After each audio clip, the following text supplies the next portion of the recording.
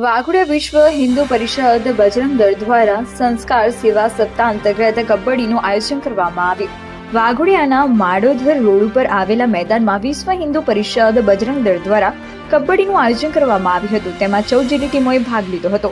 વિશ્વ હિન્દુ પરિષદ બજરંગ દળ દ્વારા સંદેશો પાઠવવામાં આવ્યો હતો કે યુવાનોમાં વ્યસન વધી રહ્યું છે, ત્યારે યુવાનોમાં શક્તિ વધારવા માટે અને વ્યસનથી દૂર રહે તેને લઈને સેવા સંસ્કાર સપ્તાહ વિશ્વ હિન્દુ પરિષદ બજરંગ દળ દ્વારા યુવાનોને વ્યસન ન કરવા બાબતે માહિતગાર કર્યા હતા.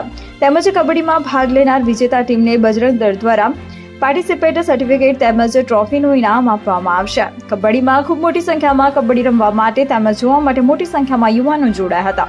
રિપોર્ટર મોલિમ વ્યાસ, વાઘોડિયા.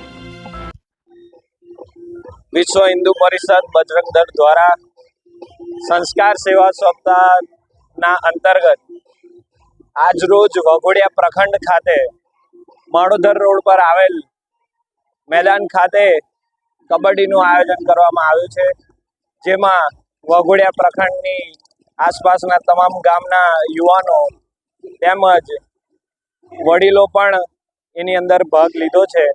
જેમાં એક સંદેશો વીએચપી તેમજ બજરંગ દળ દ્વારા આપવામાં આવે છે કે યુવાનોનું તન અને મન બંને ધર્મ તેમજ ભક્તિ તરફ જોડેલું રહે અને તેઓનું મન અને તન બંને અડીખમ રહે અને ધર્મના કાજે ક્યારે પણ જરૂર પડે તો એ સાથે ઊભા રહે.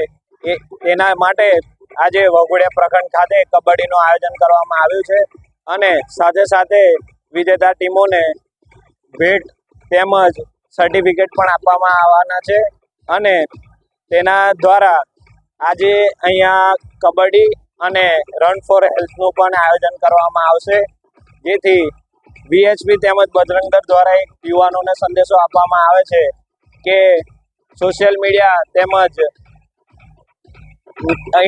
ઇન્ટરનેટ પ્લેટફોર્મ પર જે કંઈ બી વિદેશી દ્રશ્યો દેખાડવામાં આવે છે તેનાથી દૂર રહી પોતાનું તન અને મન મક્કમ રાખી અને આવી રમતોમાં ધ્યાન આપી અને આગળ વધે તેવી અપેક્ષા રાખીએ છીએ. જય શ્રી રામ.